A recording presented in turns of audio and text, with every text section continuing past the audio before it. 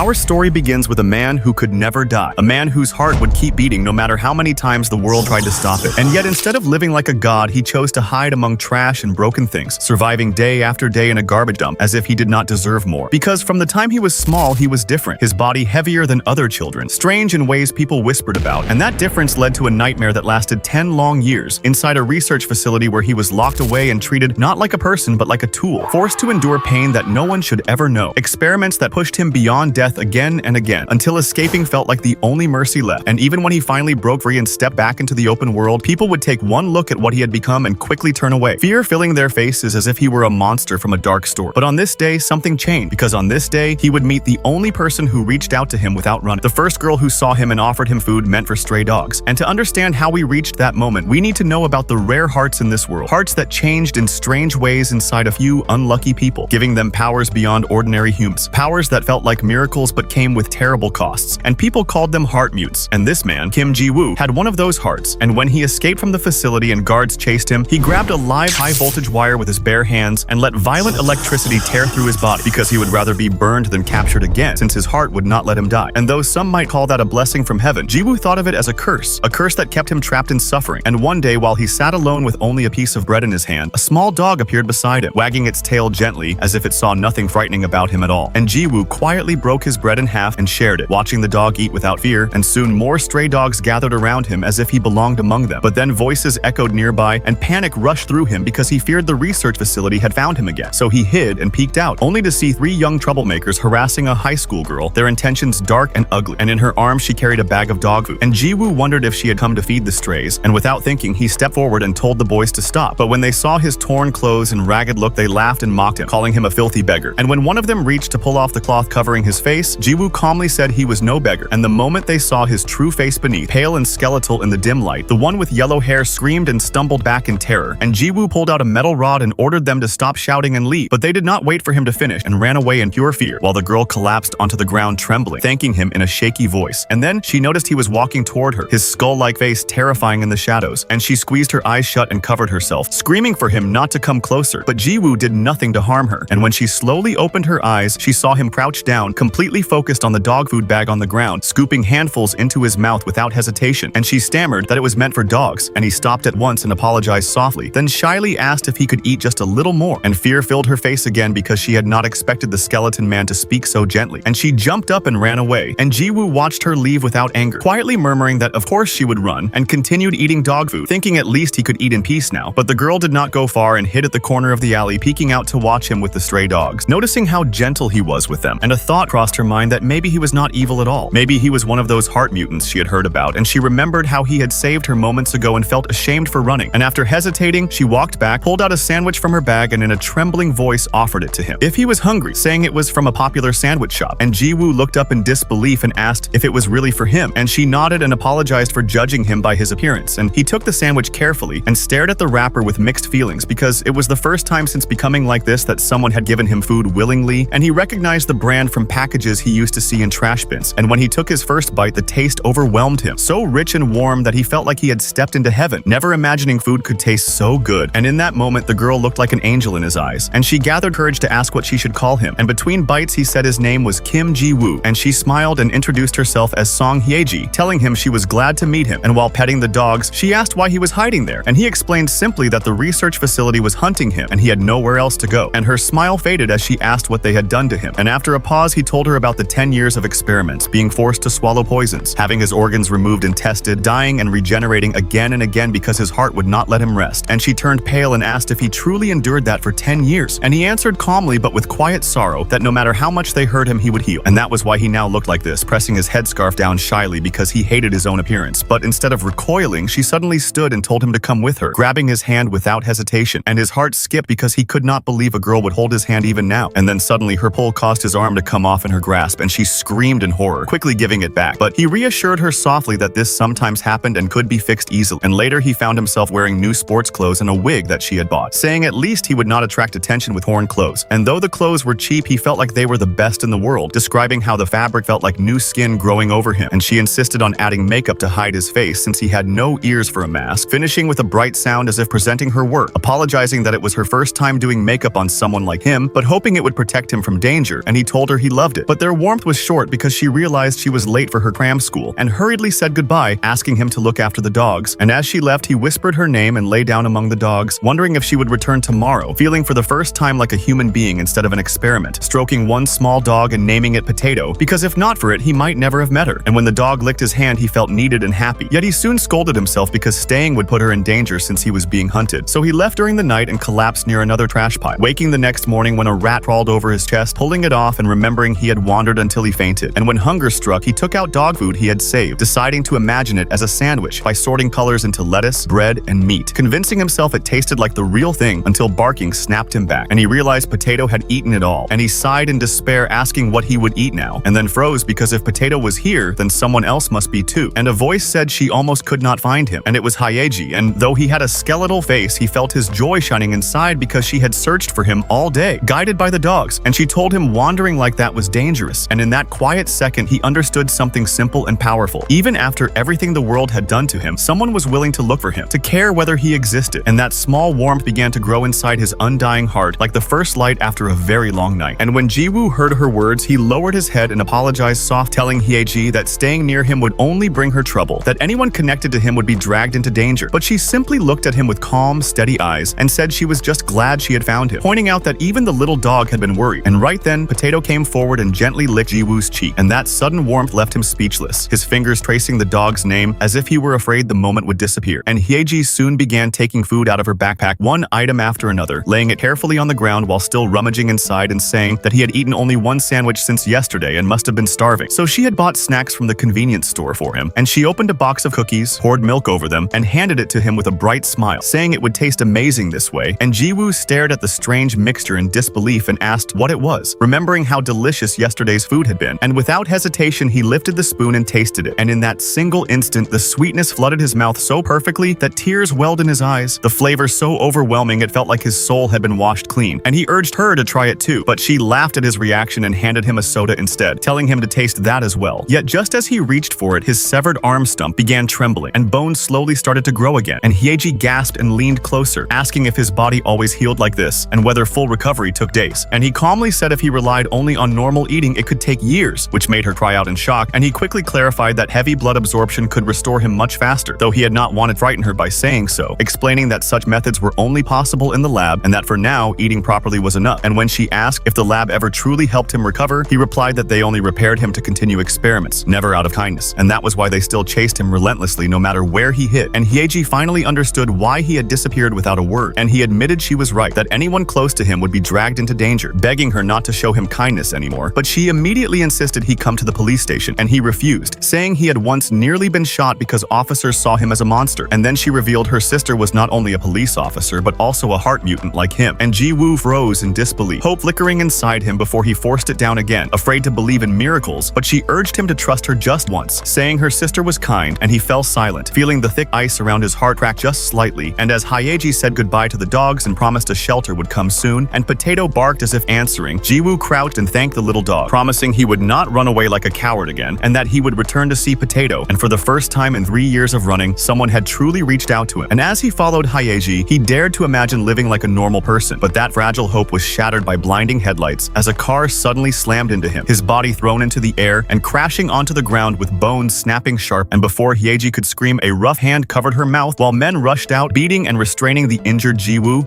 And the leader mocked that they had finally found the skeleton boy, ordering him taken away to settle old grudges. And soon 3 black vans sped along the road, and in the mirror Jiwoo could be seen dragged behind by a rope around his neck, his screams swallowed by wind, his body scraping and bouncing violently against asphalt, his fingers clawing at the ground as blood soaked his bones, despair roaring inside him as he blamed himself because now Hyeji had been taken too, and no matter how he struggled, the rope would not break, and he realized his cursed body could protect no one. And just when everything seemed lost, dark shapes leapt from the roadside forest, the stray dogs he had once fed, biting down on the rope with all their strength until it snapped with a sharp crack, and one van turned back while the dogs stood bravely before him, facing 4 men with clubs, and the thugs cursed and attacked, and Jiwoo rolled over to see the dogs struck again and again, far too small against swinging sticks, and he forced himself to crawl forward because they were bleeding for him, and he remembered his cursed heart and knew that even a little blood could help him heal. So he dragged himself toward the spilled blood despite pain like needles stabbing his bones. But then he saw Potato lying in a pool of red, barely breathing, and his mind went blank as he called their names into silence, and the horror dragged him back into memories of waking each each day in the lab to endless torture. Foreign blood forced into him, organs ripped out, cruelty repeating year after year, unable even to die because of his mutant heart, remembering how he once believed escape meant happiness only to be rejected as a monster by the outside world, and now the only warmth he had ever known was torn away, and something inside him exploded as blood around him surged and swirled, wrapping his skeletal frame and reshaping it, restoring him fully human in seconds, and he stared at his restored hands as blood thundered through his veins like childhood before the nightmare. Yet the realization struck him colder than ice that this power returned because of the dog's blood, and the thugs froze in terror, and when one bald man swung from behind Ji-woo's fist, smashed into his face in a blur, sending him flying into the van and denting metal before he collapsed, and Ji-woo stood silent in the blood-soaked street, emotionless, kneeling in the red pool, and then in a voice colder than anything before he asked them where they had taken Hyeji.